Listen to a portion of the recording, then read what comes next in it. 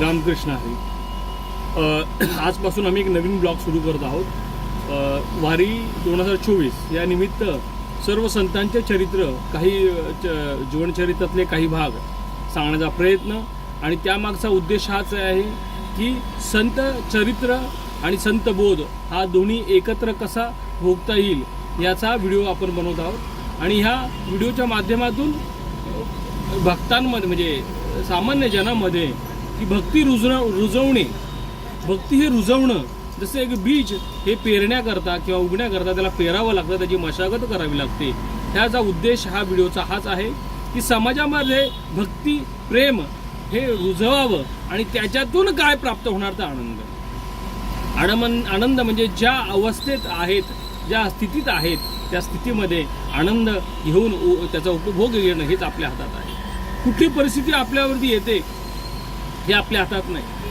दुःखाचे प्रसंग येतात, सुखाचे प्रसंग येतात, गौरवाचे येतात, निंदेचे येतात, पण या सर्व प्रसंगामध्ये जास्तीत जास्त आनंदी राहणं आणि आपल्याला आनंदी ठेवणं हे जास्त महत्त्वाचं आहे. कारण दिवस निघून जातात, परत ती वेळ काही सारखी राहत नाही. ती वेळ निघून जाण्याकरता जर आनंदी राहिलं तर मला वाटतं आत्महत्याचे प्रमाणसुद्धा कमी होतील. शेतकऱ्यांचे किंवा अनेकांचे त्यांना वाटतं जीवन संपलं तेच आत्महत्या करतात, पण जीवन संपतच नसतं. जीवन हे प्रक्रियेचं, जसं शरीर संपतं पण आत्म्याचा प्रवास संपत नसतो.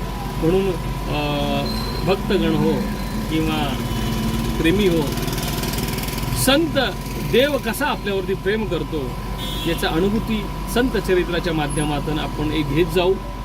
आणि ह्या वारीच्या निमित्त 2024 वारी ज्ञानोबा तुकोबाची, संत नाथाची, मुक्ताईची, संत जनाईची, संत नामदेव महाराजांची, सद्गुरुदादा महाराजांची, त्या वारीच्या माध्यमातून आपण नक्कीच संत बोधापर्यंत आणि देवाच्या अनुभूतीपर्यंत पोहोचण्याचा प्रयत्न करू. रामकृष्ण.